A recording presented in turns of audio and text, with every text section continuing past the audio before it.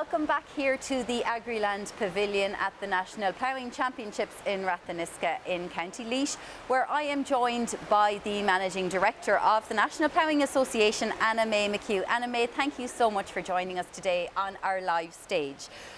First of all, I'll say we had a rainy start to the day, but things are improving and the crowds are coming in still, even like they've been coming in throughout the day and all day yesterday, all day Tuesday, phenomenal crowds coming here. Anna-May, can I ask you first of all, this year in particular, after an absence of the Ploughing Championships for a couple of years because of COVID-19, of course, was there added anticipation this year then about organising the event? There was, and you know, we really had to look back some of the time on what happened in 2019 because of the lapse of the 3 years. But, you know, there was an added attraction and an enthusiasm about it because people were longing to get back. To meet people, to do business. The exhibitors were very interested in getting back. And then we had the added attraction of hosting the World Ploughing competitions, which was really a further injection to the national event this year. Absolutely. The World Ploughing contest then this year, obviously it was initially supposed to be held in Russia. It went to Ireland because obviously of the conflict that arose in Ukraine out there. But it's great to have it here in Ireland. It really puts us on a world platform. It certainly does. And you know, it's the sixth time that we have hosted a World Ploughing. And when the World Board met in March, late March, a Zoom meeting of course of 28 countries, the chairman from New Zealand asked to know if there any other country would take it at this short lead-in. And there was dead silence. And I had got word from my own executive of 7 men to say, if it comes our way, take it. And I was very nervous in saying, Chairman, Ireland will host it, but only on condition that at least 20 countries participate, because we're not going to the workload that we would have to take on for anything less. And we were so delighted then that 26 countries agreed to take part and send competitors, and 2 other countries who were unable to send competitors are here with their delegates. So it was a wonderful interest for us to do the work for that many.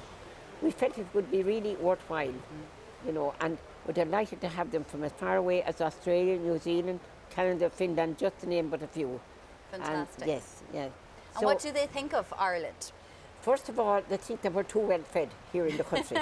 And the hospitality and the friendship that they have experienced since they're here over a week now. And we have brought them around to different places. We brought them to Johnstown Castle in Wexford.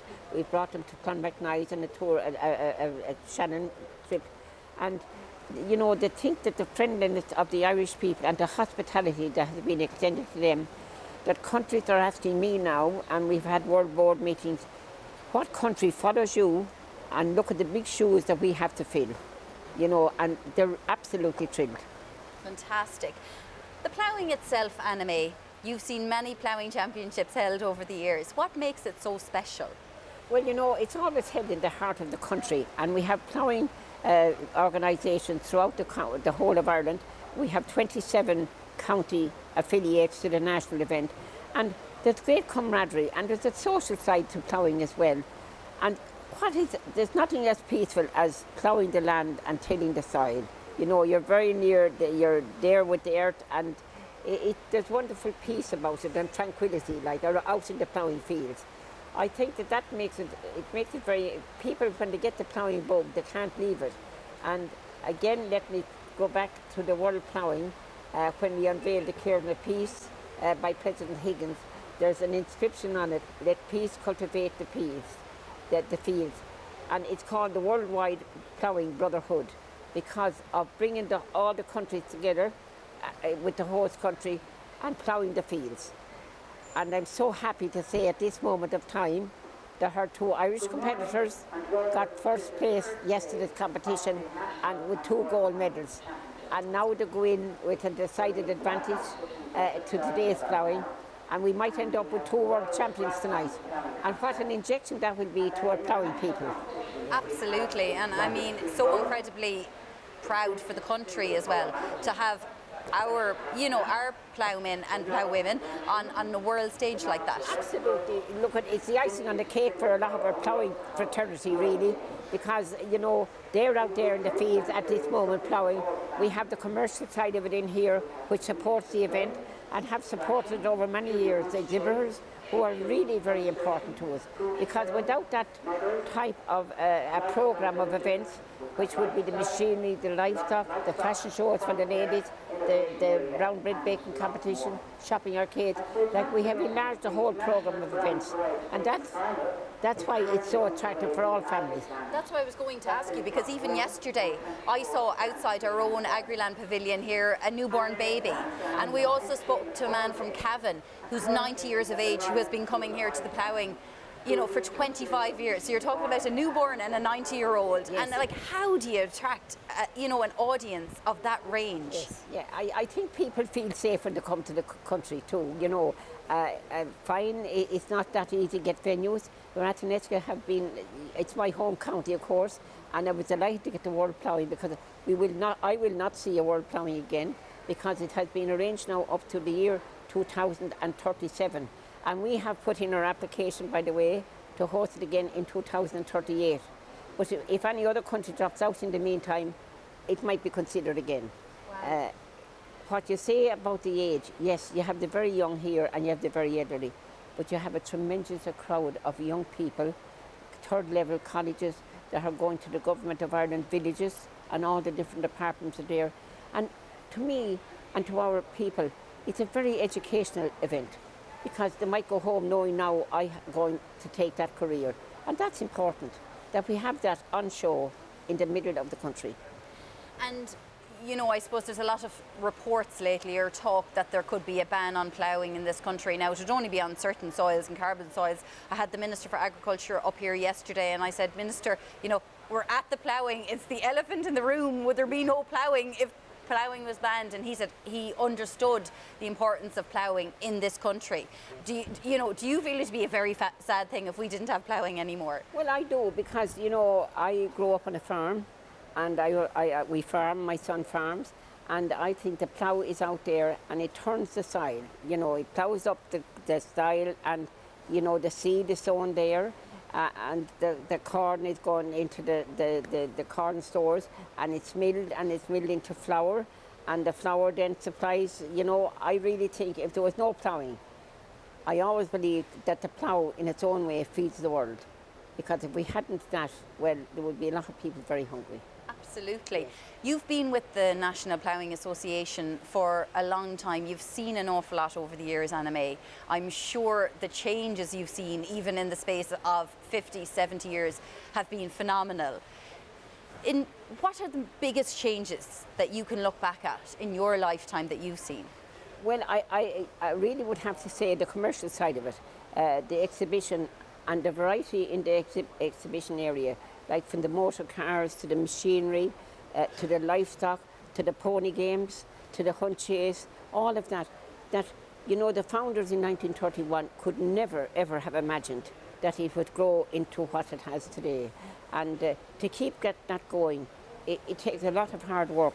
But there were changes that I grew up along with. You know, I started at a time when we had just about 21 to 25 exhibitors. And then, you know, looking around, going to other shows, getting ideas, asking for permission maybe to introduce the biggest one I had was to ask about the fashion show in '84. And the chairman was asked, I was sitting beside him, and a man of the group got up and said, Chairman, we're running a ploughing match. And I decided no. But I left that meeting saying, I'm going to do something for the women.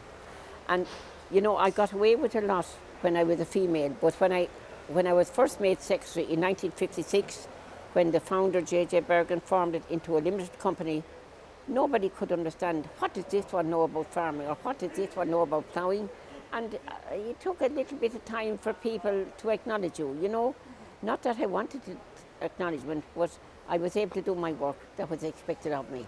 And they were the changes that I saw, that they came to understand that I was a female, and that I needed help, and I got it. And the fact that I suppose I got away with a little bit of scheming too, that I wouldn't have if I had been a male. But at that time, there were very few women heads of organisations, and now we see where You know, Glanby and a lot of other companies like them have all ladies at the top of the list, if you like. And we're well able to attend to detail that men might not do. Now, the men might like to hear me say that, but women will attend to detail, and I think that's very important. It is indeed, and you might laugh now, Anna May, but we don't have a queen in Ireland, and it was very, sad for many to see that the passing of Queen Elizabeth in the UK over the past week. Yes. But if we had to have an equivalent of a queen in Ireland, you've often been referred to as our equivalent of the queen, and people view you that as, that Yes, sort of, yes. no more than the Queen in the UK, you have been a constant in Irish rural life for so many years, and people view you as that. What does the future hold for you? Because you are not slowing down in any way, Anna May McHugh, from what we can see anyway. No. What would you like to see happen? Well, I don't forget grassroots, and I don't ever forget the people that started this event. And my late husband used to say, a bird never flew on one wing. But if I didn't have the people around me, I could say I'm the leader, but I would never ask anybody to do anything that I was not prepared to do myself. And I think that's very, very important. And I don't want to be I don't want to be referred to as the queen of the plough, or that I'm running the show. I'm running it with a group of men. We are the chain. I want no weak link in the chain. I want no, because if that happens, the responsibility goes to a person that has already had the responsibility. I delegate, but I expect the people that we delegate to will commit to it and return, that they have done the job successfully, and that's terribly important. And I'm particularly good at reading characters, and I remember one particular occasion when we had one very quiet man that hardly ever contributed anything to a meeting. And I asked that man to do a particular job. Today he's our national president. Wow. He's absolutely just wonderful, and without that cooperation, this would not be possible. So I can't see us enlarging the event. I don't think there's anything else we can add to the programme. We're covering from the very young to the very old here, and I don't think there's anything left to add. Fantastic. Yeah. Well, we look forward to the constant return of the ploughing, and indeed in the future, if we get the World Ploughing Contest back again, we'll gratefully accept it as well. Absolutely. Anna May McHugh, thank you very much for joining us. It's a pleasure talking to you on the Agriland Pavilion here today. Well, it's a pleasure for me to be with you and to wish Agriland every success for the future. Thank you very much, Anna May McHugh. Thank you. That's the latest from the Agriland Pavilion. We'll be back very shortly with all the latest from the ploughing site here in Ratheniska in County Laois.